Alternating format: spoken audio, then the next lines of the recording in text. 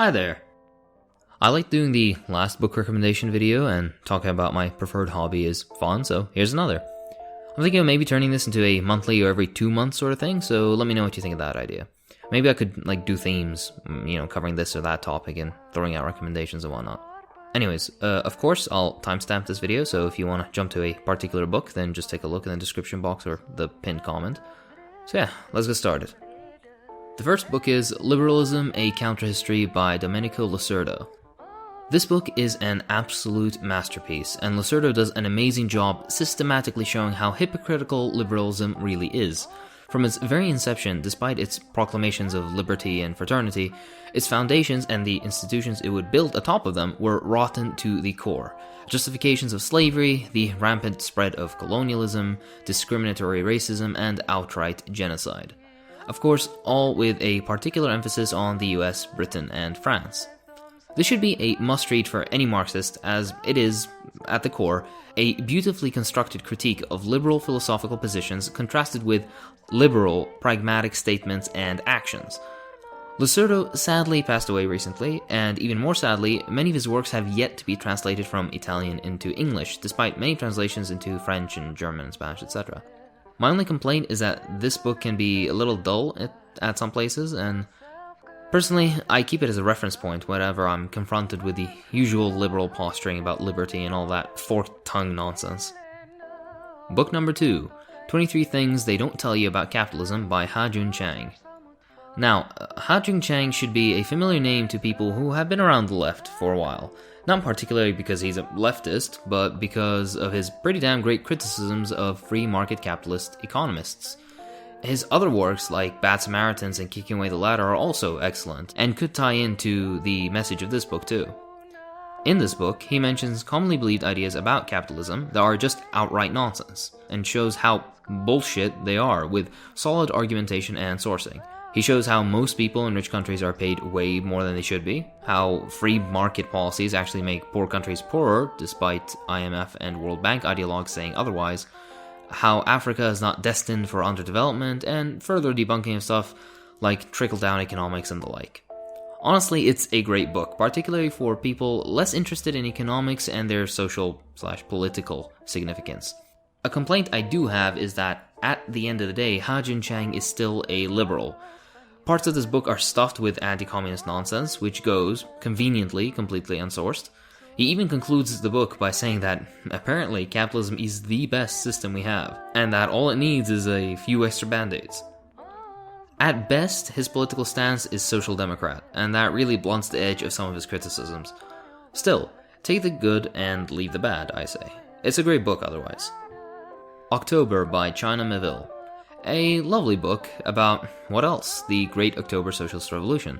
The author speaks about the history in a more narrative style, and in this way he manages to not be as dry as other writers on the October Revolution. In this way, it almost reads like a thrilling novel than anything else. Honestly though, this is the most problematic book in this list, I'd say. Although great for its factual information and flow, the author is a pathetic excuse for a Marxist. He swallows bourgeois lies whole and never skips an opportunity to villainize the USSR. All of this, of course, to appeal to the sensibilities of a liberal audience. I assume that this was the only way he could get it published, and if that really is the case, then shame on Verso. But I'd say read this only after you have a solid grasp of the history of the October Revolution and the USSR, and are especially aware of the fallacies of the bourgeois narrative. Thankfully, his telling of the events during the revolution are objective enough, and his style entertaining enough. So do check the book out. Kill Anything That Moves by Nick Turse.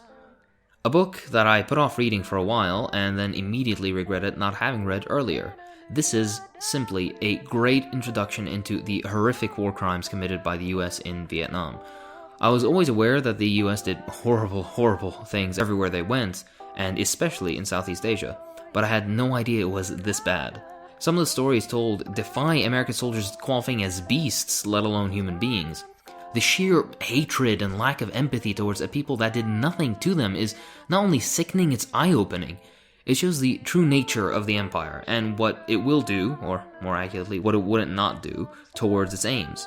As an Iraqi, the things elucidated in this book resonate with me further because the Americans didn't shy away from doing similar things in my own country, the difference being there wasn't a massive anti-war movement against the US occupation of Iraq, and hence American war crimes in Iraq are badly documented in English.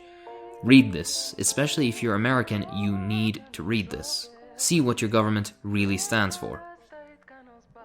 Blitzed by Norman Ohler. As the tagline says, drugs in Nazi Germany. Although it seems a little specific, I like this book and would recommend it because it shows the absolute hypocrisy of Nazis, especially at the top level, Hitler and Göring, etc. For all their posturing about degeneracy and fighting for a pure, clean, Aryan way of life, they were morally bankrupt. Surprise, surprise. Drugs are what kept Nazi Germany going, all the way from housewives to soldiers to the very top of the government. The piece of shit himself, Hitler, was a massive addict, with quite the list of drugs he took in order to relieve pain. It's all too clear that these upstanding Aryan examples were the same as the addicts they condemned. Why would I recommend this book then? Well, as you may be aware, fashy, edgy types are springing up on small corners of the internet, fueled by a complete lack of understanding of political thought, philosophy, or political economy.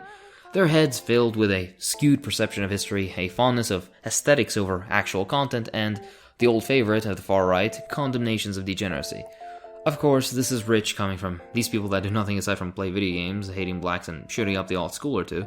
Nonetheless, this book is a perfect expose of that degeneracy nonsense. As it turns out, the biggest degenerates were the Nazis themselves. It's also written in a very engaging style. Reminiscences of the Cuban Revolutionary War by Che Guevara. I promised you last time that I'd throw in another Che book, and here it is. This would be my favorite work of Che's so far. Of course, that's hard to qualify exactly because practically everything he wrote was great. This was just a lovely installment in my ever-growing admiration and respect for Che. Nevertheless, why this book? Granted, this isn't a theory book, but it's a history of the Cuban Revolution from a Marxist guerrilla on the ground at the time.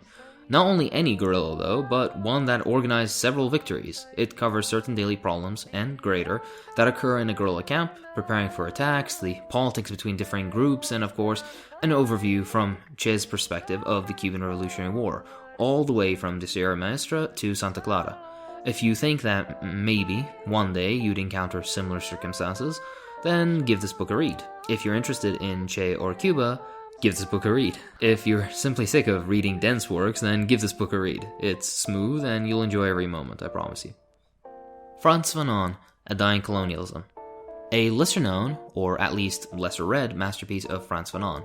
His beautiful eloquence with words is back, of course, and so is his radical anti-colonial message. This book specifically covers, much like his other major work, the Algerian Revolution. It covers the struggle of a colonized people against their occupier and details certain aspects of that resistance. For example, the thing I found most interesting being the use of the hijab. This is the reason I love this work, actually. It details the disgusting sexual aspects of colonialism, particularly the attitude of the colonizer to the colonized woman. Of course, French brutality shows ever clearly in this work, as it always does through their actions. This book also covers the role of women in the revolution, and particularly their altered mindset towards liberation. An Algerian woman that had to carry grenades through the streets of Constantine would not stand for injustices dealt to her after the revolution. The book also includes a lovely chapter on medicine and colonialism that I thoroughly enjoyed. I say that this should be read in conjunction with Frantz Fanon's other major works, being The Wretched of the Earth and Black Skin, White Masks. It's a shame that one full volume of Frantz Fanon's work hasn't been compiled yet, at least in the English language, or maybe I'm just unaware of such compilation. And that's it for this time. Maybe get a few of these for Easter if you celebrate it. If you enjoyed this video, then please consider supporting me on Patreon, it really does help. I was originally planning to add a couple more books, but I did that last time and I thought that there were a bit too many books last time, so maybe keep it a bit short and sweet.